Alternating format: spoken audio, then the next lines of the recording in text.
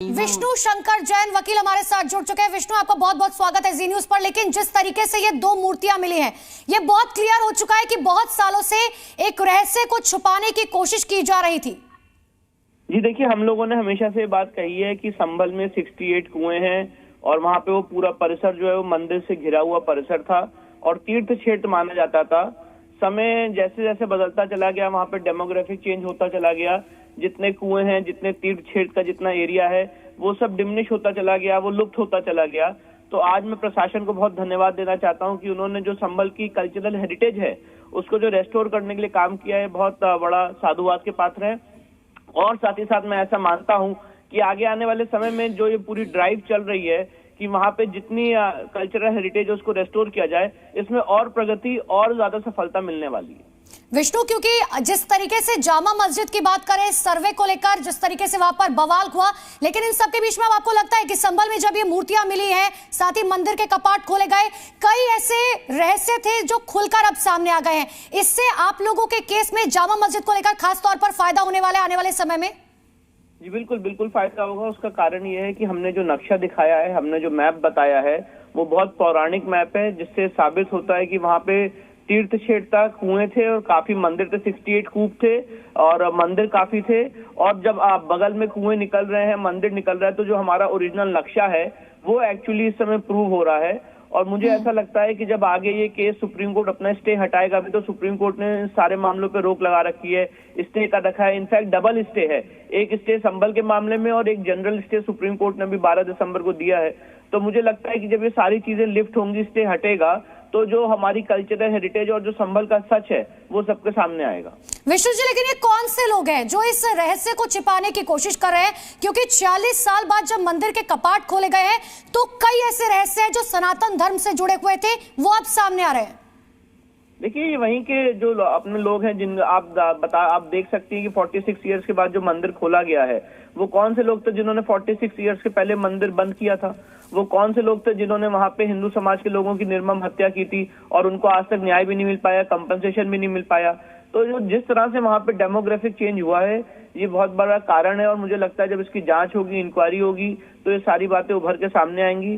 पर अभी तो मुझे ऐसी पूरी उम्मीद है कि जब संभल का केस रीओपन होगा, अभी जब ये स्टे हटेगा, तो जो वहां की चीजें हैं वो उभर के सामने आएंगी। बिल्कुल विष्णु जी, बहुत बहुत शुक्रिया आपका हमारे साथ जुड़ने के लिए। तो सुप्रीम कोर्ट के वकील विष्णु शंकर जैन हमारे साथ जुड़े थे, जिन्होंने कहा कि देखिए, सबसे बड़ी बात यह है कि इतने सालों से वो कौन से लोग हैं जो इतिहास को छिपाने की कोशिश कर रहे थे। राजू राज लगातार मेरे साथ बने हुए हैं। राजू, ये सवाल बार बार हर बार पूछा जाएगा कि जब पता था कि वहां पर मंदिर है, पता था कि अंदर बजरंगबली की मूर्ति है, पता था कि इस कुएं के अंदर मूर्तियां मौजूद हो सकती है, तो क्यों इसको छुपाने की कोशिश की जा रही थी? देखिए, निश्चित तौर पर पिछले 46 साल से इस मंदिर को बंद कर रखा था। उसके बाद प्रशासन की टीम तब यहाँ पर पहुंची जब बिजली चोरी को लेकर वो अपना ड्राइव शुरू की। और जब इस मोहल्ले में पहुंची तो जो हालात में मंदिर थे, उसे देखकर आप ये नहीं कह सकते थे कि मंदिर का ये भी स्वरूप हो सकता है। उसके बावजूद यहाँ पर प्रशासन ने पहले ताला तोड़ा और ताला तोड़ने के बाद यहाँ पर मंदिर को उसके पुराने स्वरूप में लाने की कोशिश की। लेकिन जानकारी ये भी मिली, चूंकि जहाँ पर हिंदू मंदिर होते हैं वहाँ पर रिवाज होता है कुएं से जल लेकर भगवान के जलाभिषेक करने के लिए। और यही वजह है कि कुएं की जब खुदाई की गई तो मां पार्वती और मां गौरी की 2 मूर्तियां बरामद हुई। और ये तस्वीरें देख सकते हैं। मूर्ति बरामद होने के बाद खुदाई का काम फिलहाल रोक दिया गया है और प्रशासन की कोशिश होगी कि ये खुदाई और भी आगे जारी रहे। लेकिन तमाम जो आला अधिकारी हैं उन्हें सूचना दी गई है। लेकिन मंदिर को लेकर तमाम सवाल खड़े किए जा रहे थे विपक्ष के द्वारा, स्थानीय लोगों के द्वारा। उसके बाद डीएम ने एक चिट्ठी लिखी एएसआई को और कार्बन डेटिंग करने की मांग की। कार्बन डेटिंग से जरिए पता चल जाएगा कि ये प्राचीन मंदिर। बिल्कुल राजू, लेकिन एक और सवाल का जवाब दीजिएगा, क्योंकि आप पिछले एक हफ्ते से वहां पर मौजूद है। क्या इस कुएं के अलावा मंदिर परिसर में कोई और भी ऐसी जगह है, जैसे कि हमने ज्ञानवापी में देखा था तहखाने का जिक्र किया जा रहा था, क्या कोई और भी ऐसी जगह है जहां पर कुछ इस तरीके की मूर्तियां या कोई भी सामग्री बरामद हो सकती है? देखिए, एक चीज दिखाना चाहूंगा, अपने कैमरामैन दीपक को कहूंगा वो दीपक तस्वीरें दिखाएं मंदिर का। ये जो स्वरूप है, जो बाहर का स्वरूप है, यहाँ पर जो आप नीचे का हिस्सा देख रहे हैं, जहाँ पर कभी यहाँ पर मूर्तियां हुआ करती थी, उसे यहाँ से हटाया गया। दूसरी तरफ मंदिर का जो पीछे का हिस्सा है, जिसे इंक्रोच कर लिया गया है, इसे यहाँ पर परिक्रमा किया जाता था और इंक्रोच की वजह से परिक्रमा भी बंद कर दिया गया था। और अब प्रशासन की कोशिश है नोटिस देकर इसे डेमोलिश करे, ताकि मंदिर का जो पूरा स्वरूप है वो सामने आए। और हो सकता है कि उस दौरान भी कुछ ऐसी चीजें मिले जो एक एविडेंस के तौर पर है।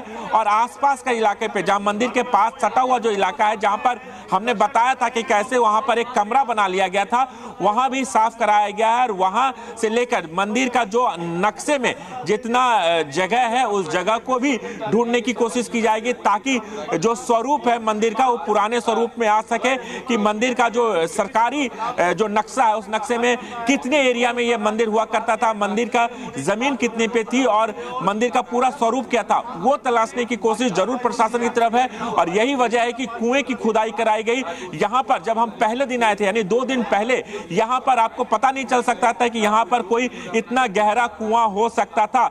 लेकिन खुदाई के बाद पता चला कि कुएं का जो स्वरूप है बिल्कुल उसी तरह से है जहां पर प्राचीन मंदिरों के पास।